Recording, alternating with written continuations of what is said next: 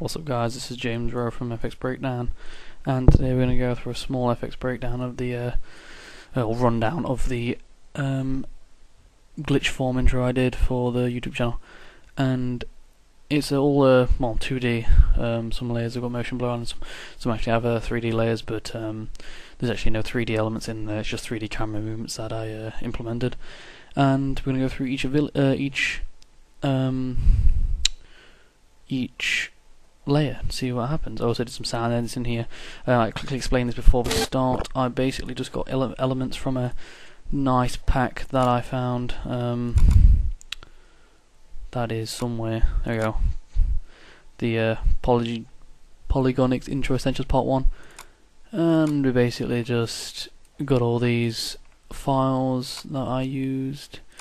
They're great, and I basically just put them into here and just got the ones that I wanted. That sounded pretty cool. I had some gong sounds for the outro that you can hear just here. Then I did it with like a small subtle boom, and basically that's what I used to create the sounds. Today, actually, now we're going to actually look at the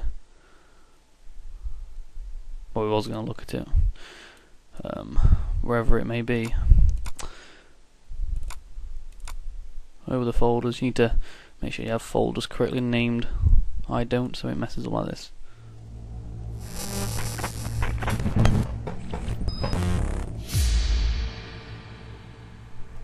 There we go, that is the intro I just showed you, and I'm going to go through the layers in After Effects now to explain each one does and what the outcome I decided and I wanted it to be. So I said just a fade layer, that's just basically a black solid. I'm not going to go into too much detail, this isn't a tutorial, this is just showing you, if you're in maybe a bit advanced or know a bit or two about this program, then you'll know what I'm on about. Basically I have a fade layer, just a black solid that just turn the opacity up and down out of. I have a plugin called Twitch from Video Copilot, a great plugin, it's quite cheap actually as well if you want to buy it, or you can probably find it somewhere online. I'm not going to say where, but here I have Twitch, so I'll find a piece with Twitch that I used, if you know. Oh, what up? There it is. I used a slider which is giving the LBG effect down in the slide. I've got the LBG split here, turned up to 34, and basically just had a quick glitches, and I made them quite spread out but really fast when they happened, so it created a nice little distorted effect. Every once in a while, like the system was glitching or something. It's nice for glitch form intros and things like that. And here I have just an overall blur. When it is camera movements, I'm not going to show you any because I can't really find that many. I only did about 3. I did about a 2-frame Gaussian blur just over the camera as maybe it's zoomed or panned around the screen, and it just creates a little bit of distortion when you're moving the camera around, which can give a really nice effect if you're looking for glitch and stuff, or just generally camera movements. It could be in even real life footage, it could look like a proper camera focusing on something. And this layer I have a magnify effect on a masked adjustment layer. And basically what I did is I just masked out certain parts that I wanted and then increased the magnification for about 2 frames every single time.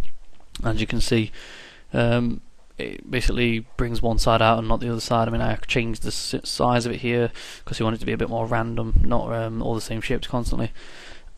And it actually gave a nice sort of magnified effect, like the the system was corrupting and different pieces of files were going crazy and things like that.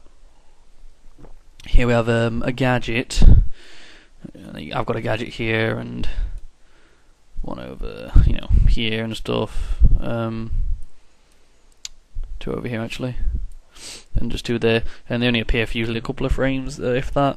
And they're created in Photoshop. I just mashed out some random shapes and stuff that could possibly be used. And then just adding them in, it just adds to the glitch effect, like pieces of files are being, erased or, just not meant to be there, and it just creates random shapes, gives a nice good bit of depth to the overall composition, just like the camera movements do and things like that.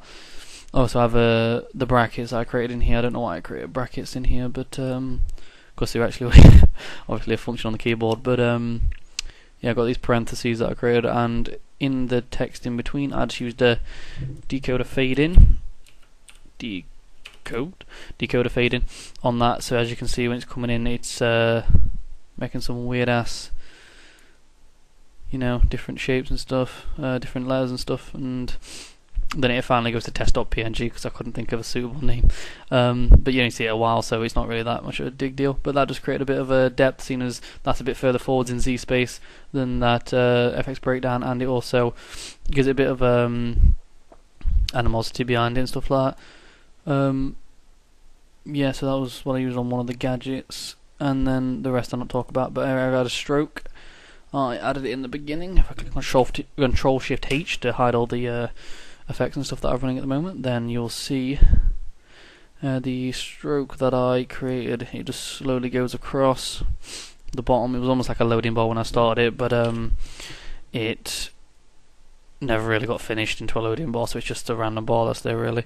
Would have been quite good if I did something with it, but I actually want to get this project done quite fast actually before I sent it out. I spent like a majority of the night on it, so I sort of gave up the will to live and stuff. So I just wanted to get it out, but it could actually have some better effects if I actually put some more time into it and took days on it.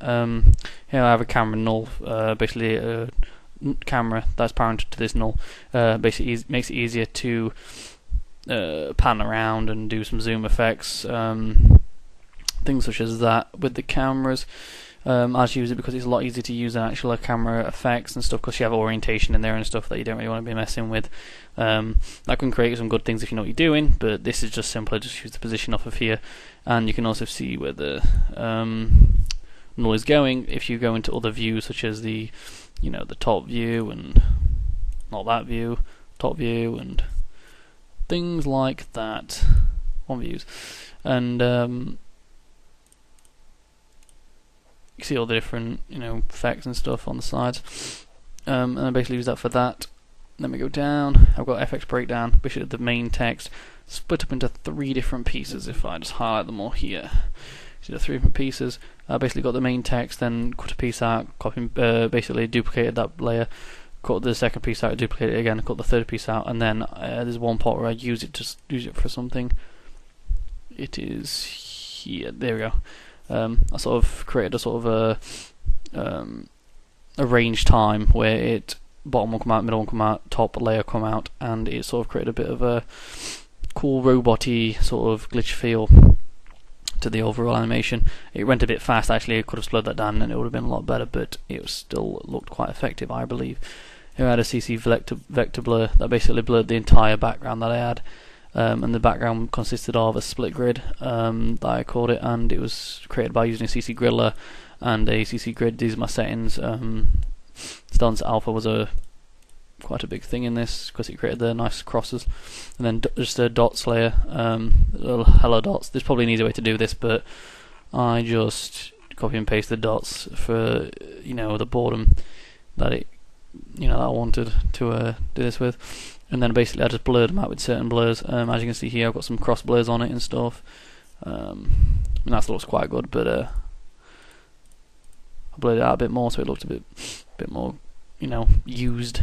And I had a lens blur on the edge. I had a CC lens on the edge, so it sort of brought it in and made it a bit more radial on the split grid. And then we just have a normal ramp on the background, just to give it a bit more, light in the middle. Basically, just a lighter grey to a black background.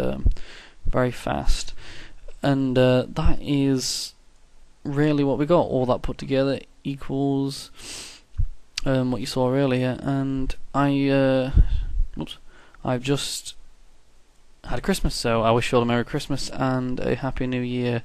I'm James from VFX Breakdown, and I hope to see you later sometime.